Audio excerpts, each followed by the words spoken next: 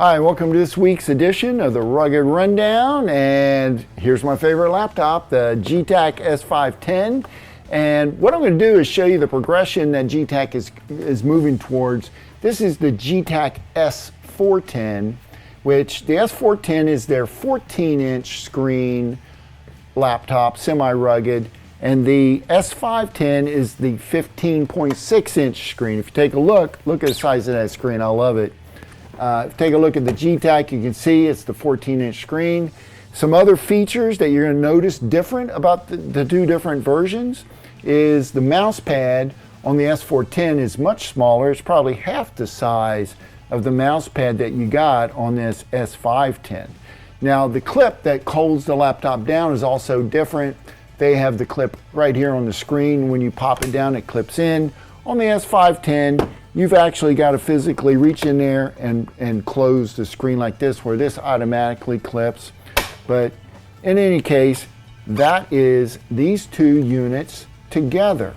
Now, what I'm going to do is I'm going to take a look at this S410. We're going to take a quick look at the cover, the port covers. Couldn't come out with that right. So the port covers, if you guys can't see this, but the entire hinge is one solid piece of plastic on the S410, and it has a little rubber gasket around it so that it keeps dirt and grime out. Now with the 510, I don't know why they didn't do this, but on the 510, if you take a look, there's no rubber gasket. It's just a straight piece of plastic as a port cover, and the plastic hinge doesn't go all the way across. So they're just a small one there, small one here, and a small one here, which again, if you watched my issues, that may be a long-term problem, you know, after you've used it for a while. The keyboards, believe it or not, are basically the same. This keyboard's a little larger, but I like both keyboards. They're both backlit, as well as they both have programmable buttons, P1 and P2. They like to keep the power button and these buttons all up here, which is nice. Overall, both these units are great. Now, I will tell you, Getac is not going to stop production on the S410.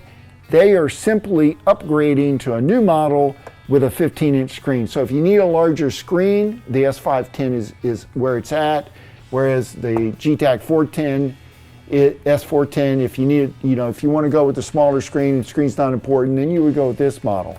Nice thing about this one is it's got that AI powered chip, the Ultra 5 120, let me see, it's a 125U.